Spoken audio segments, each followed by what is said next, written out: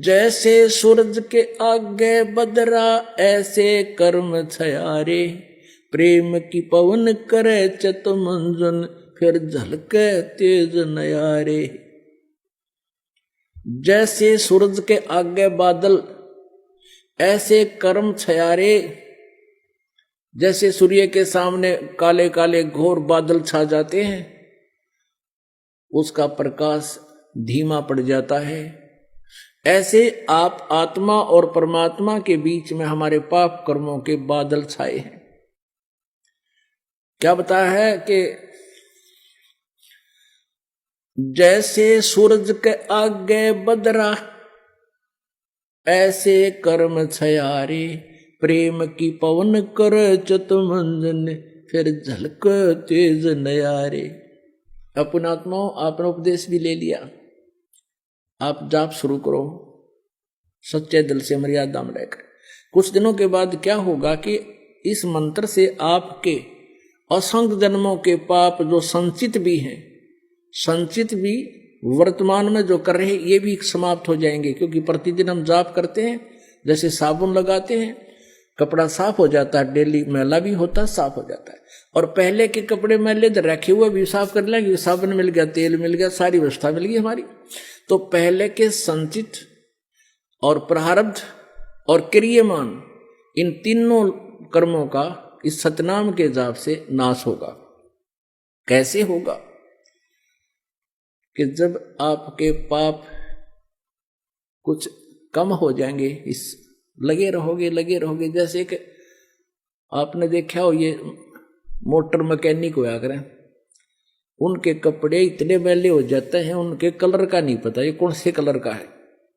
और फिर उसको कोई साफ करने लगे तो 2, 4, 10 बार साबुन लाने से तो उसका थोड़ा थोड़ा सा मैल और वो कपड़ा दिखने लगेगा, ये कपड़ा भी है कि मैं औरत अड़ंगा है। और फिर उसको बार बार फिर धोएंगे, साफ करेंगे, तो धीरे धीरे साबुन से ना होगा तो पेट्रोल से ड्राई क्लीन करेंगे तो वो कपड़ा साफ होगा। तो ऐसे ही पुण्यात्माओं, हमने कहते हैं योगन योगन की वासना हुई इकट्ठी आने, निर्मल कैसे होवेगा तेरे सतगुरु लगे ना काने। युगन युगन की वासना, युगों युगों के इतने पाप कर्म हो गए इकट्ठे आण, और निर्मल कैसे होगा कोई सतगुरु तत्वदर्शी संत परम संत तुझे मिला नहीं, वो सतगुरु लगे नहीं कान, यानी उनके वचन सुनने को नहीं मिले। और जब आपके हृदय में फिर कुछ दिनों के बाद क्या होगा, आपके हृदय में एक ऐसी पवित्र प्रेम उत्पन्न होगा भगवान के प्रति। पहली बार तो आप सत्संग सुनते हो, 2-4 बार तो ये ज्ञान सुनने को भी अच्छा नहीं लगता।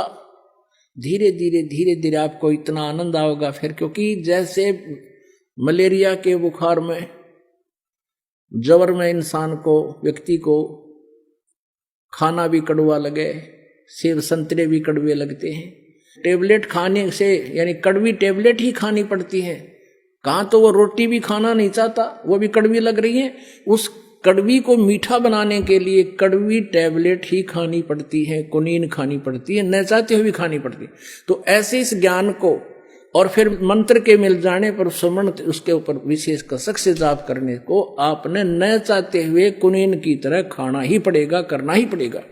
तो प्रारंभ में आपको मजबूरी सी होगी कि ये तो बता दिए इतने मंत्र गुरु जी ने, ये कैसे होंगे। अरे सुबह से लेकर शाम तक मजदूर कस्सी बजावे, किसान हल जोता है, सारा दिन फद्दर फद्दर पता नहीं कहाँ तक पहुंच जाते हैं। क्या भगवान का बैठ कर चलते फिरते मंत्र नहीं कर सकते हम? कुछ दिनों के बाद फिर इस मंत्र के बिना आपका दिल भी नहीं लगेगा।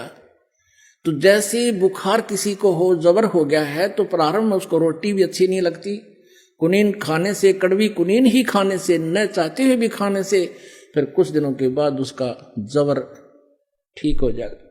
फिर वही मीठी वस्तु आपको जो पहले कड़वी लगती थी भोजन, अब वो स्वादिष्ट लगेगा। अब जैसे परमात्मा कहते हैं, कबीर पिछले पाप से हरि चर्चा ना भावे, कै ऊँग कै ऊठ चले ना और बात चलावे। तुलसी पिछले पाप से हरि चर्चा ना भावे, जैसे जबर के बेग ते भाई भूख विदा हो जावे।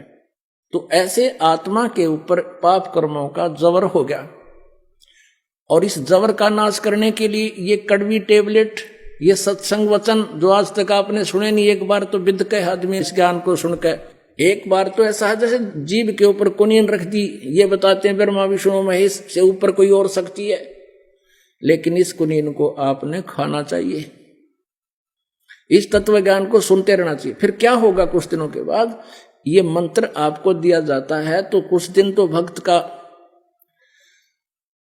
भक्त आते हैं, शिकायत प्रार्थना करते हैं कि सतनाम चलता नहीं, ज्यादा नहीं होता। कुछ दिनों के बाद आप इसको चलाते रहो धक्का सा करके कुछ दिन, फिर अपने आप चलेगा, आपको बहुत आनंद आएगा। फिर आपकी आंखों में आंसू आने शुरू हो जाएंगे, भगवान की जरा सी भी चर्चा होगी।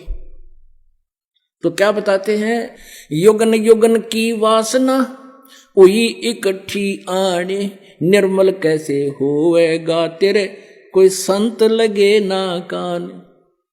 जब संत आपके कान लग जाएंगे, यानी सतगुरु मिल जाएगा, फिर क्या होगा, जैसे सूरज के आगे बदरा ऐसे कर्म छयारे, प्रेम की पवन करे चितमंजन फिर झलके तेज नयारे। आपको बताया ना कि जैसे 1000 टन घास फूस पड़ा हो अड़ंगा, एक माचिस की सीख लगा दे, सवा हो गया, तेज हवा चल इधर उधर बनाकर ऐसे फेंक दिया, कहीं गया। तो क्या बताते हैं कि असंख्य जन्मों की वासनाएं तुम्हारे पाप कर्मों को परम संत से प्राप्त उस सतनाम के मंत्र से सभा कर दिया जाएगा, और फिर प्रेम की पवन करे चितमंजन झलके तेज नयारे।